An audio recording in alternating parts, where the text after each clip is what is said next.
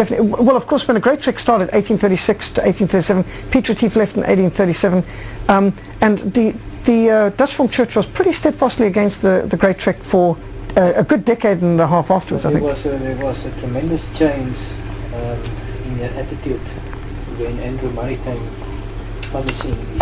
His father, I think, made many inroads by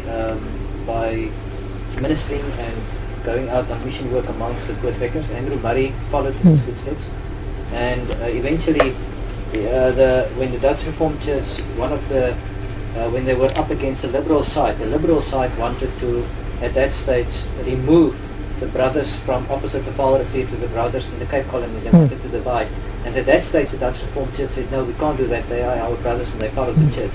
So I'm not sure about this, but there was a big change in I think also, in time, some of those who'd been skeptical saw God's blessings had been on the Great Trek. Yeah. But of course, at this precise moment, you could imagine many of the ones back in the Cape saying, we told you it wouldn't work. So at this point, there obviously was still a lot of division. But at any rate, there was a tremendous devotion amongst these people, and they were going out to beat the unbeatable foe. 464 against tens of thousands of Zulus. What chance did they have? On the move, the 64 wagons travelled in 4 columns so as not to make the column too long for the vanguards and the rear guards to protect from ambush. And that was the most dangerous time, the 20 odd miles they might cover in one day. And then, and this was just men and this commander. And every night the laager was drawn up, sentries were posted, inspections were held, defensive drills were practiced, scouting patrols were sent out throughout the day to ascertain the whereabouts of the Zulu army, to identify any potential threats, to prevent a surprise attack. The Zulus never have horses. The Zulus didn't use horses at this stage. By the Anglo-Zulu War, when they were fighting the British 30 years later, they were operating, some of them could ride horses. But at this stage, no Zulus were riding horses. Not yet. So here you can see where the D formation was formed across the Kom River by the Hippo Pool, and how the Zulus attacked, how they formed the log and basically a D formation. So this is just giving a rough, not to scale, of how the battle went on. And this is the main memorial at the Battle of Blood River, made of marble. As the Tugela River was in flood, the Ven commander crossed near Speenkop. At Washbank on December the 9th, that's Sunday the 9th of December, Cyril Cilliers stood on a gun carriage before the men who had assembled for worship, and he proposed a solemn vow. And at Klerksdorp they've got a magnificent picture outside Dutch Reformed Church of a huge statue, I should say, of Cyril Cilliers standing on the statue with his Bible way up in the air. I must get that picture for the future.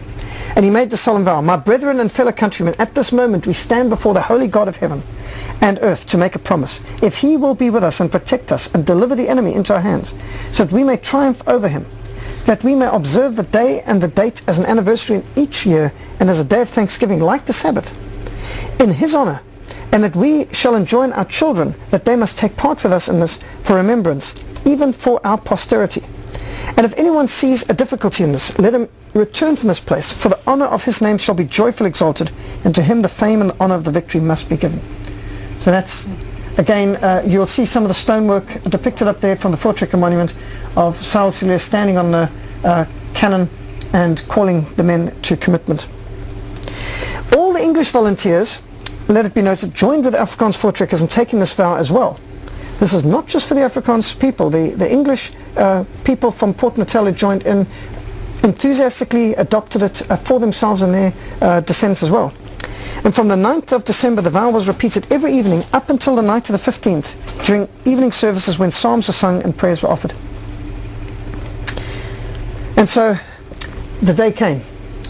There was a calm deliberation amongst the men of the Ven commander. They knew that they were going up against the most formidable force in Africa at that time. Up to that point, the Zulu impis had never been beaten. They knew that Dingaan had over 20,000 warriors that he could throw at them. Now, there were only 464 people in that laager. And this being 1838, they only had smoothbore muskets. They didn't have rifles. It's inaccurate to call rifles. Rifles when you've got a rifle barrel and you've got the cone-shaped bullets. But we're talking about just the ball-shaped bullets in a smoothbore musket. Not very accurate. And this takes about 30 to 40 seconds to reload. The average army didn't expect disciplined soldiers to shoot more than 2 rounds in a minute. The Boers were apparently capable of doing 3 to 4, even it was claimed during the Battle of Blood River, they got up to 5 shots a minute. Now I find it hard to believe. I'm not too sure how you can do that, but I suppose you can skip some things like not put the wadding in, just pour down the powder, roll down the barrel, smack it in, bring it up, instead of using the actual ramrod.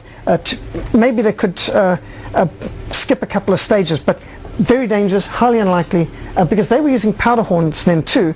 They didn't have measured paper rounds, nothing like that. It was just powder and shot. In one of my books, it said the woman helped. They had two of these rifles, and while the ones were shooting Yes. and sound, the woman loaded them, and you know. Oh yes, in the Battle of Vekkop or any of the other lagers, the women would definitely be involved, as would be the children, but not here. This was only men, 464 men, no women in the lager, not in the Ven Commando. They knew they had such a strong chance of being overwhelmed and wiped out, they didn't want to take the women with them. And so on this particular occasion there was no one else, although they probably did have it that there was, for every man shooting there was someone else behind reloading, and they might have switched positions at times. That would make sense, that they would have, you'd had to have people just doing reloading and others just doing shooting. That would have been a good division of labour. Did they also have like you know, those coloured, what did you call them? Achterrijers. Do you think? There were a few. There were a few servants in the at that commando who could have been assisting with loading, but there were not many. Not many at all. Well, this is the Inkom River, which forever afterwards has been known as Blood River.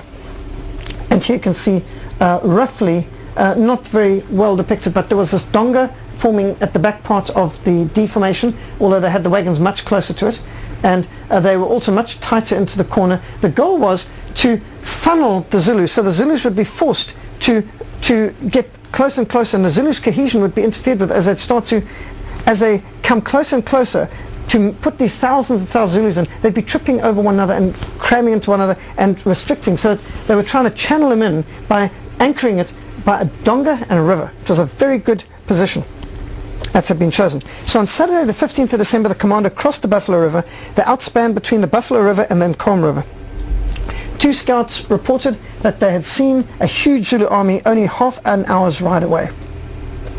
Pretorius inspected the terrain for a suitable lager site, and he said he sensed God's guidance, for there was the perfect spot on the other side of the Nkom. On its western bank there was a deep hippopotamus pool, there was a large donga or gully, so if they were besieged there they'd have a good supply of water close by. It was excellent for defense. So the lager was set up making use of these natural defensive features on 2 sides. The 64 wagons were firmly lashed together with 2 battle gates secured, battle gates similar to this, where the cannon were placed, and the back of the deformation was set against the donga, and the semicircle faced towards the open plain, and candles were set out everywhere, and lanterns were suspended on the long whip handles to prevent the Zulu from approaching the lager unseen in the night. As Charles Cilliers led the commando in repeating the vow for the last time, that's Saturday the 15th, and then in singing the psalms, the Zulus had moved in within earshot and could hear the strange singing and the aerially lit lager.